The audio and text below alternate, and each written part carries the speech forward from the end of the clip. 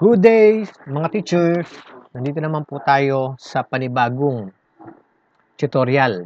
Ito po ay continuation ng tutorial natin ng nakaraan. Ito po ang parte natin. Kung nakaraan ay tinuro po natin sa inyo kung paano gumawa ng e-card sa pinakamabilis na paraan. Meron po tayong part 1 at meron po tayong part 2 and then ito po yung part 3. Sa part 3 po, dito po sa part 3 ay tuturo ko naman po sa inyo kung paano i-save yung document nyo into PDF sa pinakamabilis na paraan. Hindi na po natin iisa-isahin. Gaya po ng ginawa natin before, like for example, meron tayong 30 students, isi-save as PDF natin. So medyo napakatagal pa rin po niyan. So ngayon po, gagamit po tayo ng tinatawag nating batch process. So dito po, gagamit po tayo ng add-ons o tinatawag nating add-in. Ibig sabihin ng add-in, add-in application sa isang application natin. Like for example, itong Microsoft Word. Dadagdagan natin ng isang application na naka-attach sa kanya. So kung mapansin nyo, dito po sa menu, ang tawag po dito ay menu bar. Ayan. May mapapansin po kayo itong merge tool. Ito po yung add-in na dinagdag natin, add-on. Yan po yung dinagdag natin. Wala yan before. Kahit buksan nyo po yung Microsoft Word nyo, wala kayong makikitang merge tool. Ngayon, paano po natin ito makukuha? Ngayon, para hindi na po tayo mahirapan mag-download, ay nag-upload po ako sa Google Drive ko. Nitong tools na ito, and then, ibibigay ko na lang po yung link sa inyo sa description sa baba. Ang ituturo ko na lang sa inyo, paano to i-attach dito sa Microsoft Word. Paano ito i-attach? Ngayon, ang gagawin po natin, ilalagay po natin itong merge tool sa startup ng Microsoft Word. Hindi po sa startup ng computer ha, sa startup ng Microsoft Word. So, paano po? Ganito po. Pumunta po tayo dito sa File, and then Options. Pagdating po natin sa option, may lalabas po dito na dialog box. Hanapin po natin yung Save. Pag nakita natin yung Save, punta tayo dito sa Auto Recover File Location, and then i-highlight po natin ito. Itong address. Ang tawag po dito ay address. Kopyahin po natin yan. Copy. Pag nakopya po natin yan, ay magbukas po tayo ng like for example, magbukas po tayo ng isang na Explorer. Ito, buksan po natin ito. Any drive. Tapos dito po sa baba, kahit alin na buksan mo dyan, kahit alin dyan, walang problema. Kasi ikakopy, ipipaste mo lang naman. Punta po tayo dito sa address, sa address bar. Ito pong taas, ito po ay tinatawag nating address bar. Ito po.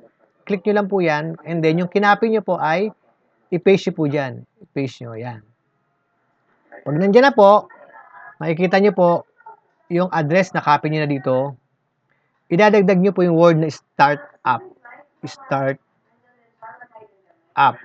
Yan. Pasin nyo po, dinagdag ko yung word na start up and then enter. So, dinala kayo dito sa start up. Mapapansin nyo po, may laman na siya. Pero, kung gagawin nyo po ito, wala po kayong makikitang laman yan. Kaya po may laman yan, kasi meron na po akong nilagay dyan. Ang nilagay ko po dyan ay ito. Ito po yung tool. Ito po yung tools na gagamitin natin.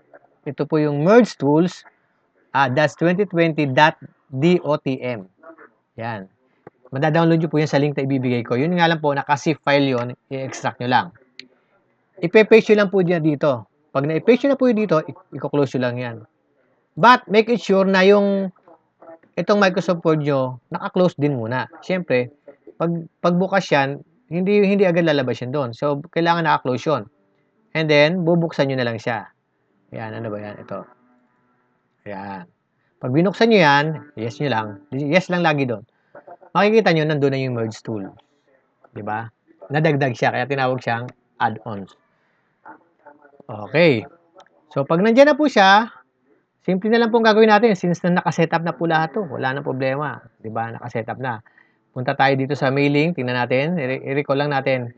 Kaya ka babalik sa mailing para makita mo kung okay pa ba yung link niya. Ibig sabihin, kung nakalink pa ba lahat yung ginawa nyo. Minsan kasi, na-unlink eh. So, pag ganyan pa, na-next nyo pa, ibig sabihin, okay pa siya. Nakalink pa siya. Once na na-unlink yan, pupunta lang kayo dito sa select recipient at ililink nyo lang uli siya sa database. Use an existing list and then ililink nyo lang uli po sa database. Okay. Since nakalink po siya, pupunta ka na dito uli sa merge tool. Pagdating dito sa merge tool, ito po yung mga options dito. I-click nyo lang po itong merge to individual docs. Click nyo lang po yan.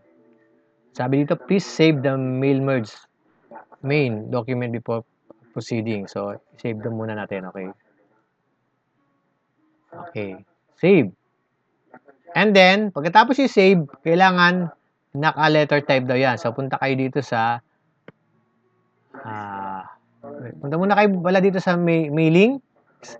And then, start mail merge and then click letters. Kasi hindi niya i-accept pag hindi siya galing sa letter. So, tandaan nyo ha, pag may nabasa kayo doon na kailangan daw, letter daw ang ina-accept, so, huwag kayong mawala ng pag-asa. Punta muna kayo dito sa mailings at punta kayo dito sa mail merge.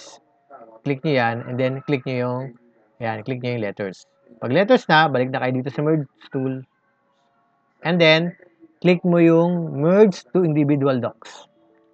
So, please save okay, save natin ulit kasi may changes sa ginawa. Meron tayong changes sa ginawa. Yan. Okay. Punta tayo dito. Merge to individual docs. Yan. So, wait lang po natin.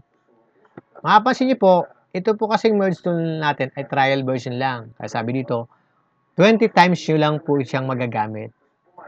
So, marami-rami na rin yung 20 times. Huwag lang tayo laging mag-trial and error. 20 times. Akin, 6 na lang natitira, oh. So, ibig sabihin, tapos na. Kasi nga po, after 20 times, ibig sabihin, hindi na siya gagana. Pwede kayong mag-avail.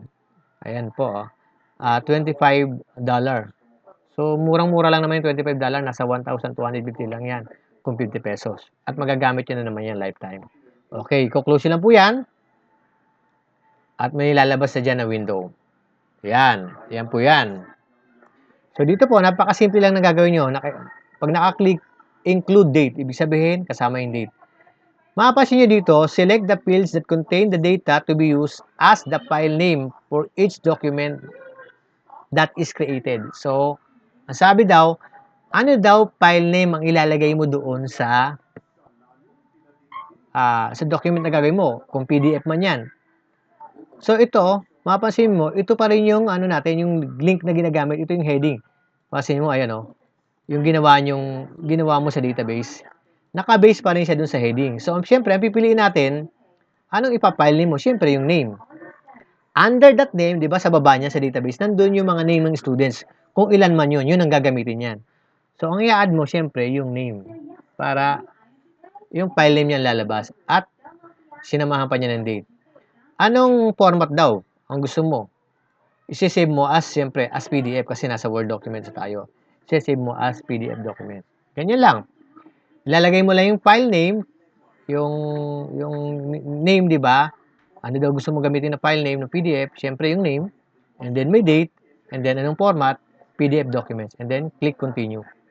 Tapos may tanong dito, i-merge, ano daw? Lahat ba? Pwede ka kasing mag-merge lang kung ilan lang ang gusto mo. Kung hindi lahat naman ng klase, gusto mo i-convert. Pero kung lahat, pipindutin mo, mo lang, leave lang all. And then, i-okay mo lang. So, may lalabas sa window, ibig sabihin, saan mo raw siya isi-save? So, saan ko siya isi-save? Tingnan natin dito ko siya isi-save. Ayan. Buburahin muna natin to. Ayan, walang laman Pansin nyo, walang laman So, hanapin natin yung, yung PDF card. Saan ko raw siya isi-save? Sa PDF card natin isi-save. Okay. Hanapin natin yung PDF card. Yan, MCA. Okay. Report card templates, e-card, Noemis card, and PDF card. See, tingnan nyo, walang laman I-okay natin. So, ngayon buksan natin yung PDF card. Tingnan natin kung anong mangyayari.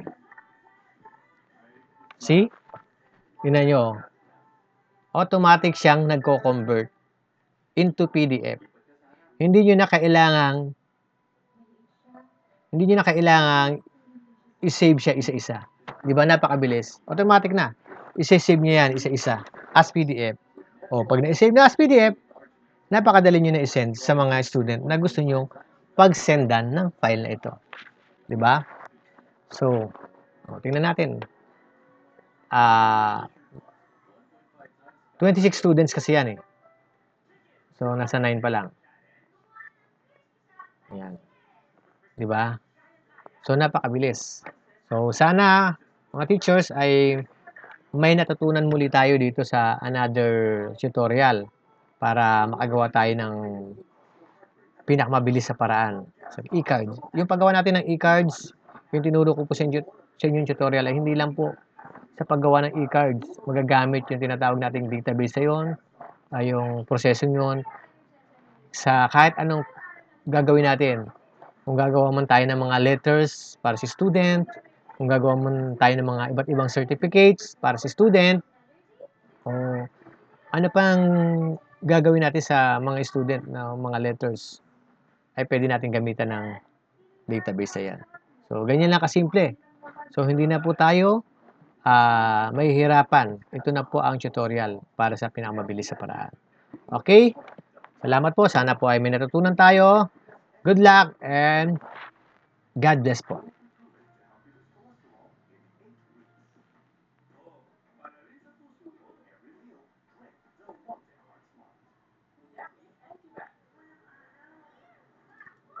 Yan.